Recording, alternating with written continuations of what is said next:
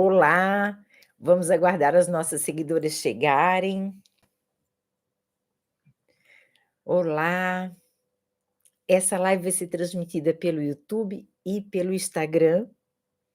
Vamos dar um tempinho aí para as nossas seguidoras chegarem. Já tem gente me acompanhando pelo YouTube. Tudo bem? Olá, professoras incríveis.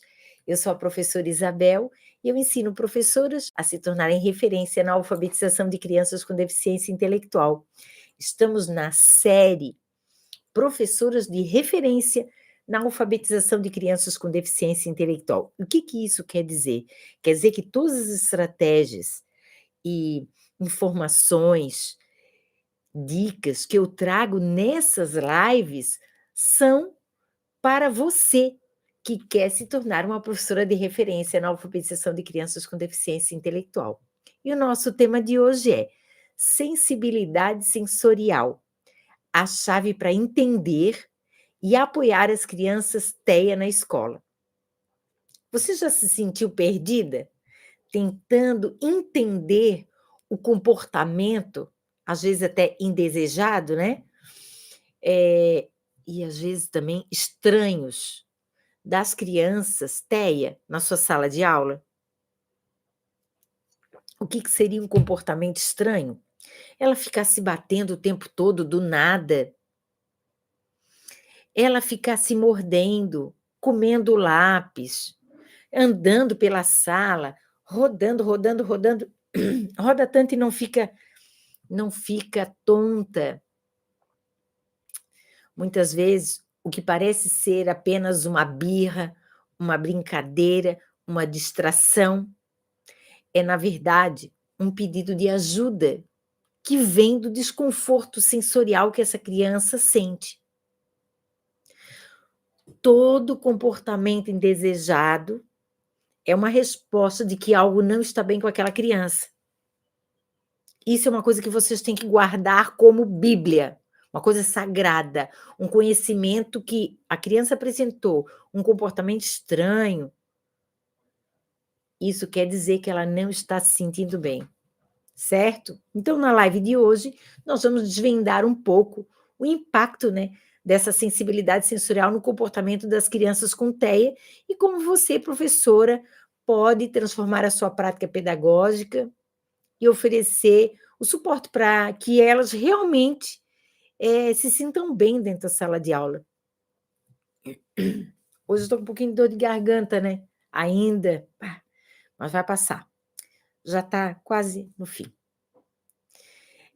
Mesmo quando você pensa que está fazendo tudo certo, ensinar uma criança TEA ainda pode ser um grande desafio para a sua prática pedagógica. Se você não levar em conta as sensibilidades sensoriais que essa criança apresenta, vai ser uma guerra. Entendeu? Porque você tem muitas crianças dentro da sala de aula, e aí você nunca leva em conta as sensibilidades sensoriais que elas poderiam apresentar, porque tudo que elas pedem, tudo que você pede, elas fazem. Agora, uma criança com TEA, não. Algumas crianças com TEA, elas têm a sensibilidade sensorial hipersensível. Né? E é o caso que nós vamos falar hoje. Nós não vamos falar de um sistema hipossensível, nós vamos falar do sistema hipersensível. Daqui a pouco eu vou explicar um pouco mais. Agora, o que você não pode perder de vista é que essa criança chegou na sua sala de aula e com ela chegou também a família dela. E a família dela está contando com você, para você fazer o seu melhor. Por isso que é importante aprender a se recuperar dos dias difíceis, porque não é fácil uma criança TEA se desregular na sala de aula. Sabe que hoje lá na minha escola nós recebemos mais um aluno TEA para o 3º ano e ele tem sensibilidade sensorial hipersensível da audição. E uma das estratégias que eu vou falar aqui, ele já usa. Deixa eu tomar um pouquinho de água. Claro que quando você não sabe o que é isso, sensibilidade sensorial, o que é isso, né.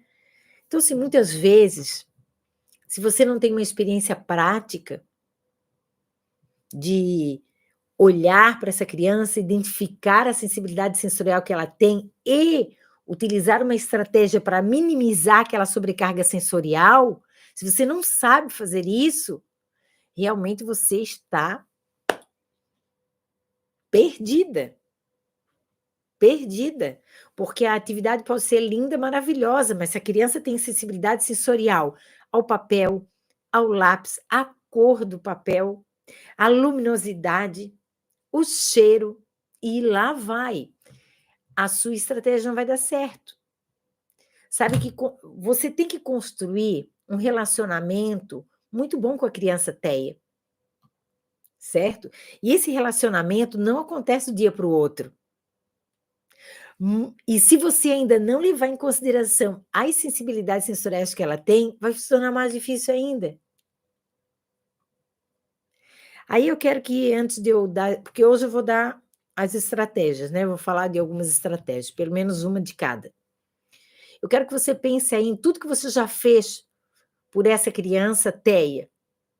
E o que já funcionou? Poucas coisas funcionaram?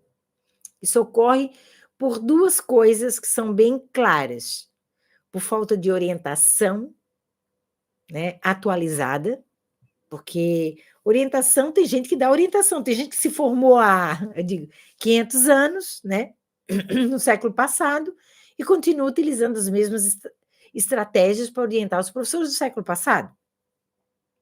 Só que agora tem muita coisa nova, não é mesmo? Então, uma orientação atualizada e uma orientação adequada vai fazer toda a diferença na sua prática pedagógica. Sem isso, fica difícil mesmo tentar ajudar a criança TEA em sala de aula, sabe? Fica difícil. Tem muita coisa nova sobre a criança TEA, sobre as sensibilidades sensoriais que ela pode apresentar.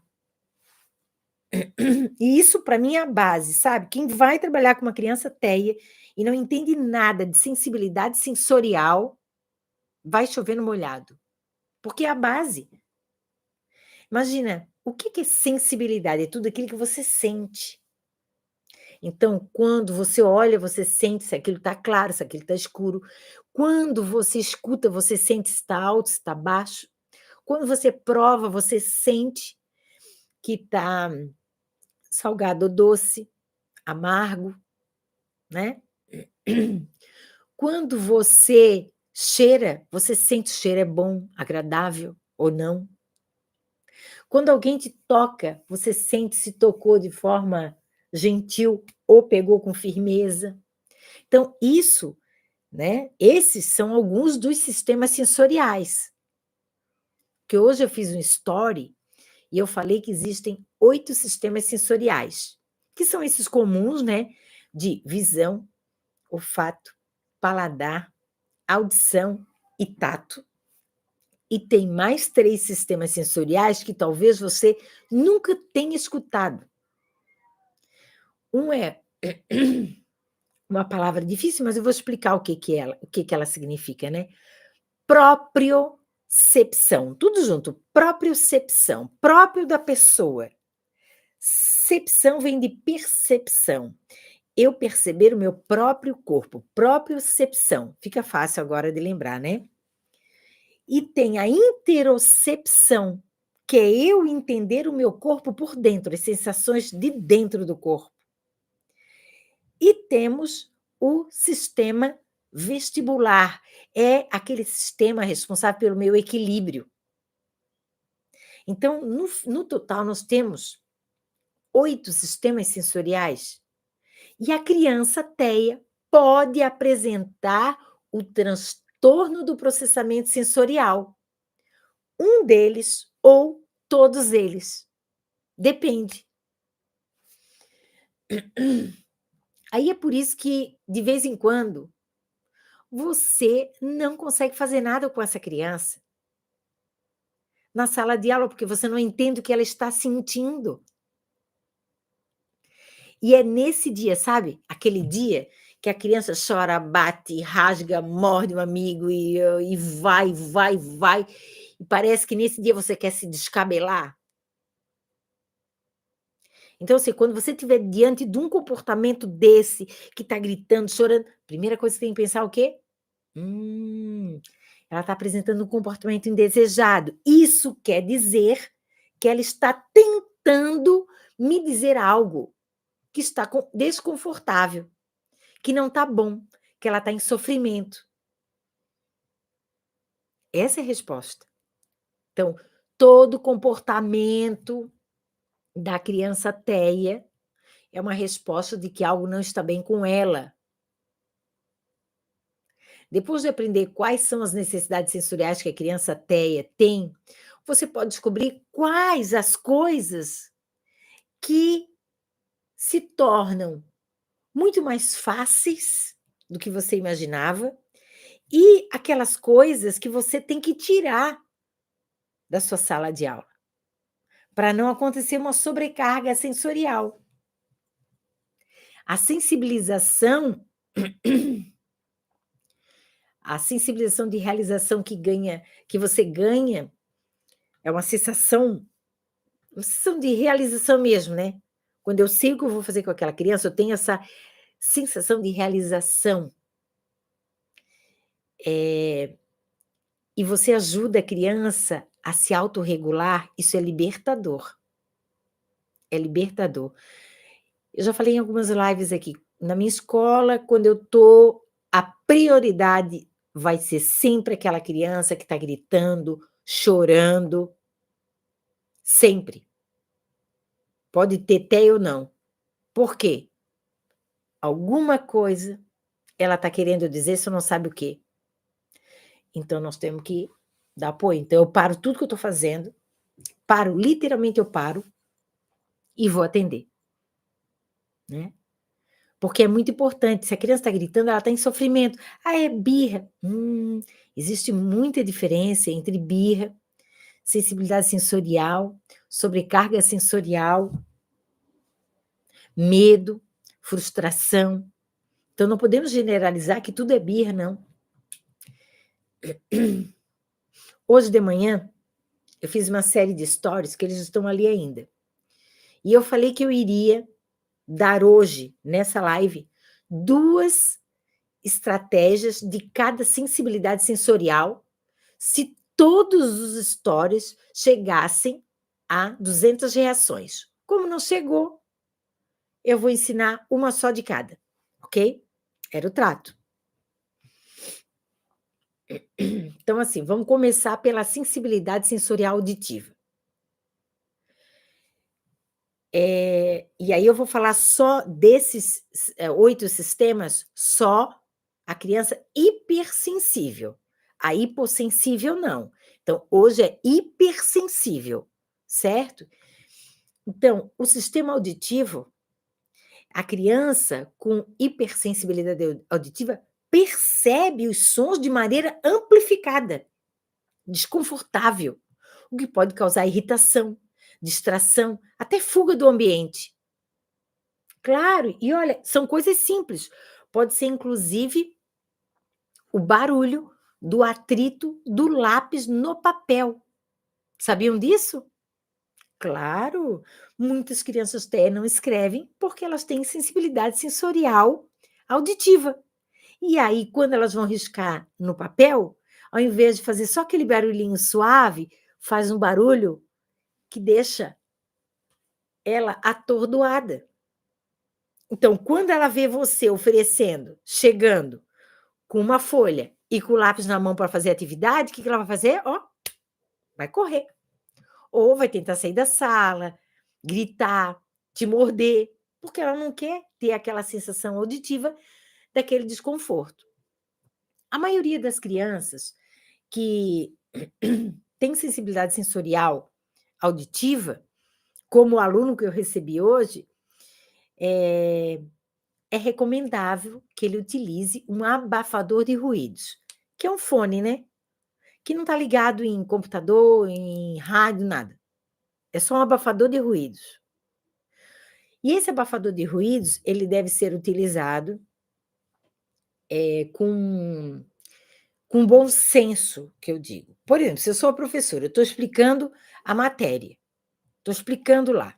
O guri do 6º ano, 7º, ensino médio, estou explicando. Geralmente eles ficam de boca fechada. Geralmente eles ficam de boca fechada, né? Enquanto a gente fala e explica a matéria. Quando a gente diz, não, agora vamos fazer a atividade, aí é que começa o auê. Então, nesse momento, o menino usa o abafador de ruídos. Então, ele mesmo ou pode pedir para a professora, se o abafador é da escola, ou se é dele, ele mesmo tira da mochila e coloca.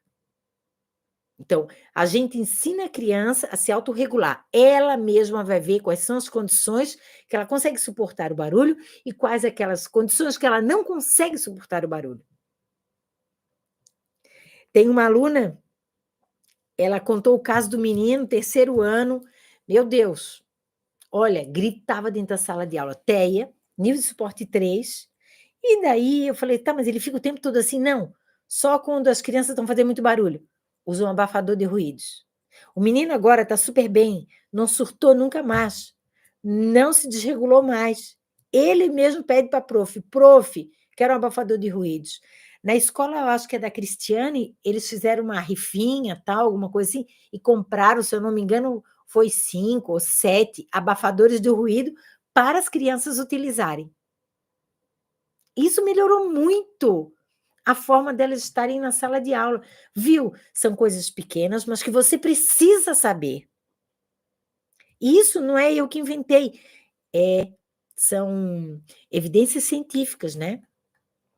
Agora vamos pensar sobre a sensibilidade sensorial visual, hipersensível.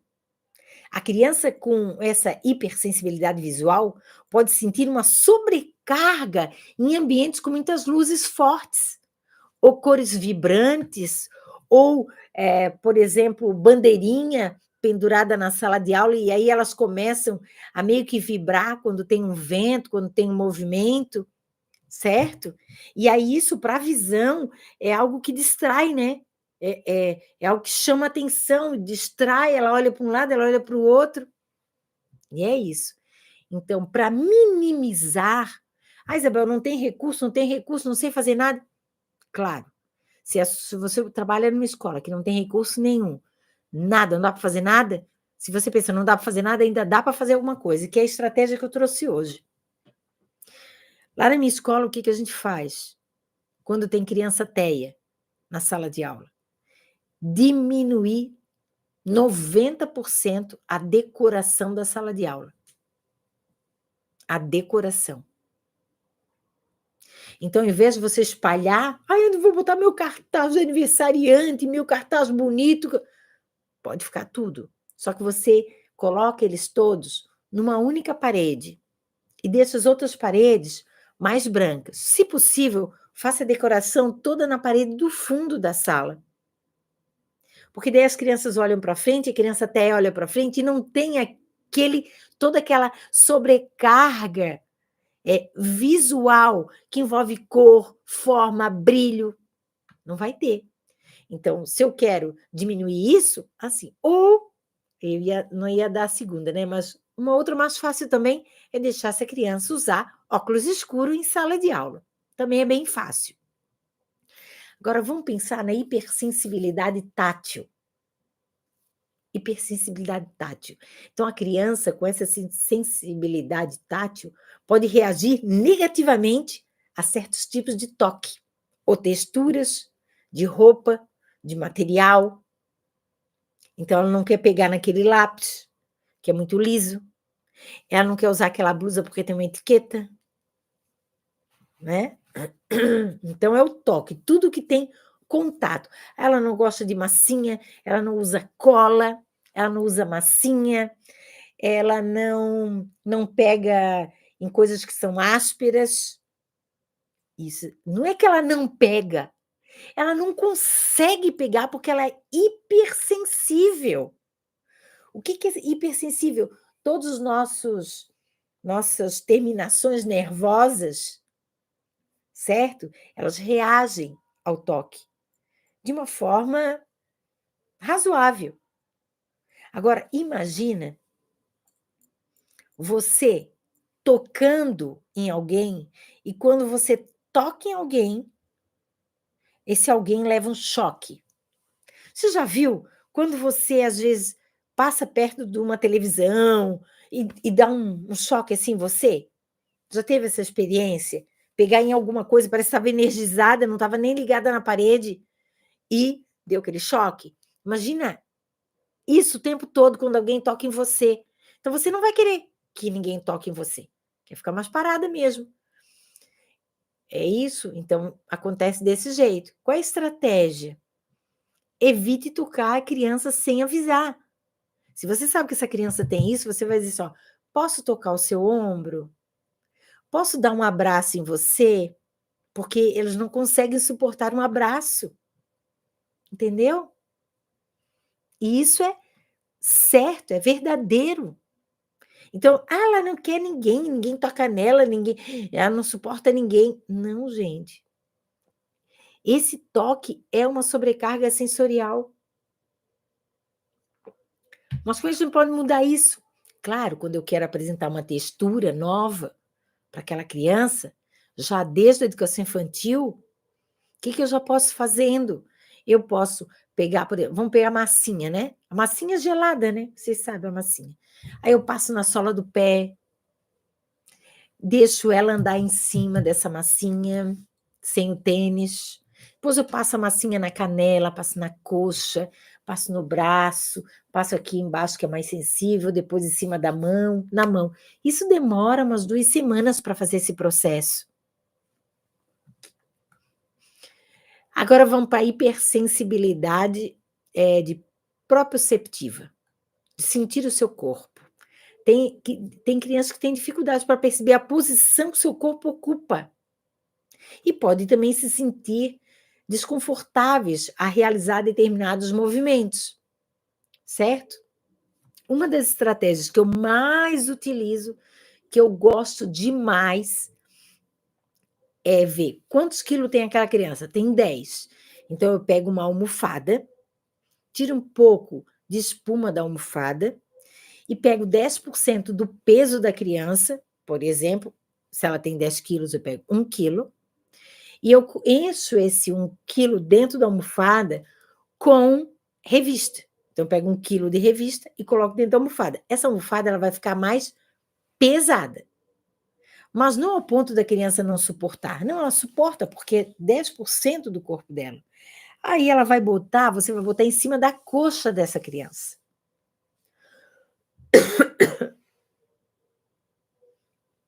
E aí, essa criança vai ver o peso em cima do seu corpo. E com isso, ela não vai ficar andando muito pela sala. Entendeu? Você não precisa ficar o tempo todo, mas quando tu vê que ela quer muito andar pela sala, diz: "Ó, agora é a hora da gente botar a almofada em cima da coxa". Aí põe ali. Olha que gostoso sentir o peso. Ela vai sentir, ela vai se acalmar, ela vai se autorregular. Entenderam?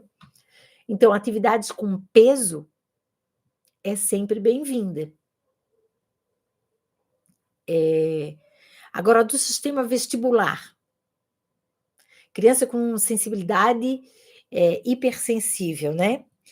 São aquelas crianças que têm reações exageradas aos movimentos, que elas podem se sentir desconfortáveis, elas têm medo de ir no balanço, de ficar rodando, porque o sistema vestibular tem a ver com o equilíbrio. Então, imagina uma criança andando em cima de um banco. A gente tem que se equilibrar. Ali, ela já vai entrar em desequilíbrio total. Aquilo ali é muito estímulo para ela. Então, ou você evita fazer essas atividades, ou essas atividades têm que ser introduzida levemente para essa criança. Levemente, tá? O professor de educação física, por exemplo, não pode fazer atividade de virar a cabeça para um lado, ficar de cabeça para baixo. Isso tudo traz é uma sensação interminável de que você está numa montanha-russa de só descida. Sabe aquela sensação? Que vai cair tudo e você nem sabe mais onde está o seu corpo? A criança ela tem isso, só que daí ela vai ter isso de forma muito intensa. Não é igual a gente. Ela vai ter muito intensa, e aí ela vai se desregular. Ou ela vai bater, vai morder, vai sair correndo, vai gritar. Isso aí. Então, evitar esse tipo de atividade, ou introduzindo gradativamente, se isso é necessário. E o sistema interoceptivo, hipersensível. A criança com essa hipersensibilidade interoceptiva, quer dizer, dentro do corpo, ela sente intensamente as sensações internas do corpo, como, por exemplo, fome, come o tempo todo. Come, nunca está saciado. Porque o que é a saciação? A gente come e a gente sente o estômago pesado. Você sente o estômago e não diz, estou cheio. Ele não diz. Só que você não aguenta mais botar nada na boca. Nem a nem gosto. Nem gosto mais por aquela comida que tu vai... Tu quer ver um exemplo? Quando você colocou comida demais no prato e você está com vergonha de deixar a comida, as últimas garfadas é uma tortura, não é? Mas você sente, o teu estômago diz, a saliva da boca, né, as glândulas salivares, elas vão dizendo, chega, não quer mais, o gosto está ruim. Mas a criança com essa hipersensibilidade, não. Ela não tem limite. E ela vai comer tudo que tiver pela frente. Ela também pode não sentir dor, né? Ou ela pode... desculpa, não é sentir dor. Ela pode ter dor demais. É só uma coisinha, mas pronto. É como se tivesse fraturado o braço. Porque tudo é muito sensível. É hipersensível. E nesse caso, o que seria ideal para essa criança? Eu tenho uma criança no Liberta, que é atendida por uma mãe. A mãe fica conversando comigo e ela assim, ó, fica meia hora. Nessa meia hora, ela comeu meia melancia, um pacote inteiro de bolacha, e depois de comer tudo isso, ela ainda veio pedir mais. Entendeu? Ela não tem limite. Então, qual é a ideia? É criar um cronograma visual, onde essa criança possa saber a hora de tomar água, a hora de fazer o lanche leve, a hora de jantar, tudo. Tem. Isso é muito importante, gente. É muito importante. Outra coisa que eu também quero falar é hipersensibilidade olfativa. Olfativa, que vem do olfato, né? Olfativa, do cheiro. Tem crianças TEA que o cheiro não é o cheiro verdadeiro que você sente e é tão ruim que fica desagradável. Então, o que eu falo, geralmente, quando eu estou orientando uma criança com essa sensibilidade sensorial? Evitar shampoo com cheiro, sabonete com cheiro. Na escola, tem que lavar a mão, sabonete neutro. Detergente que vai passar no banheiro não pode ser com cheiro. Na sala de aula, limpar só com água, não pode ter cheiro. E digo mais, professora, você não deve usar perfumes. Então, todos esses sentidos, eles podem estar prejudicados. E essa criança ter essa sensibilidade. Agora, também eu não falei da hipersensibilidade gustativa, do paladar. Imagine uma sensação de você comendo e se engasgar. Ou comendo alguma coisa gosmenta, quando você coloca na boca tem vontade de vomitar. Então, é essa hipersensibilidade que algumas crianças têm com relação à textura de alimentos. E aí elas não provam os alimentos com aquela textura. Imagina comendo um pouco de arroz, vai se engasgar, tem a sensação que vai engasgar, que vai morrer. Então, ela não vai comer. Ter hipersensibilidade do paladar é muito risco, porque essa criança, ela pode ter desnutrição. Então, no caso No caso da questão do paladar, é muito importante ter um acompanhamento de uma nutricionista. Se na escola de vocês tem uma nutricionista da prefeitura que acompanha, essa nutricionista tem que acompanhar essa criança, porque ela não pode passar das 7 da manhã e 7 da noite na creche sem comer nada. Entendeu? Porque ela só come, de repente, iogurte de morango, que é o que não dá a sensação ruim para ela, e como vocês querem tirar essa mania dela, porque isso não é mania, né? Querem, então, deixa ela então sem comer, e não pode deixar sem comer. Tá vendo? Então, tudo isso é muito importante vocês saberem. É muito importante, tá? Quero dizer agora para vocês o seguinte, finalizando aqui, né? A sensibilidade sensorial da criança com TEA é a chave. Você conhecer isso é a chave para uma prática pedagógica mais inclusiva e eficaz. Quando você ajusta o ambiente e oferece estratégias que atendam essas necessidades sensoriais, não só melhora o comportamento da criança, mas também cria um espaço onde ela se sente segura, compreendida, capaz de aprender. Com estratégias como essas que eu falei aqui, que muitas são simples demais e tem outras muito mais aperfeiçoadas, né? Você pode transformar a sala de aula num lugar de acolhimento e sucesso para todos. Olha, uma coisa importante, ao reconhecer que o comportamento, esse comportamento que a criança apresenta, de gritar, chorar, pode ser um reflexo de uma sensibilidade sensorial, quando você percebe isso, você muda toda a sua abordagem. E o mais importante, muda a experiência que essa criança vai ter na escola. Por isso que é importante. Tá bom? Espero que vocês tenham gostado de todas essas informações que eu dei hoje, hein? Maravilha. Eu sou apaixonada por regular o comportamento das crianças com TEA. Todos que tem na escola estão todos regulados, porque eu aplico todas as estratégias e dá muito bem certo. Hoje, com esse aluno novo, a professora recebeu todas as orientações, a professora que vai pegar esse menino, recebeu todas as orientações. Eu disse para ela várias coisas que ela não deve fazer, pelo menos essa semana que ele está em adaptação. Ele não pode ter um vínculo com ela como um vínculo de sofrimento. Eu estou com essa professora, ela faz eu sofrer. Não. Pelo contrário, ele tem que ter um vínculo com essa professora que ele está num ambiente seguro, entendeu? Que ela entende as necessidades que ele tem. E é isso. Esse é o nosso desafio. Né? O que você não pode é permanecer dentro de uma caixa e achar que tudo que você botou na caixa esse tempo todo vai valer para todo mundo. E não vale. Tem coisas que estão fora da caixa e só saindo da caixa é que você vai descobrir.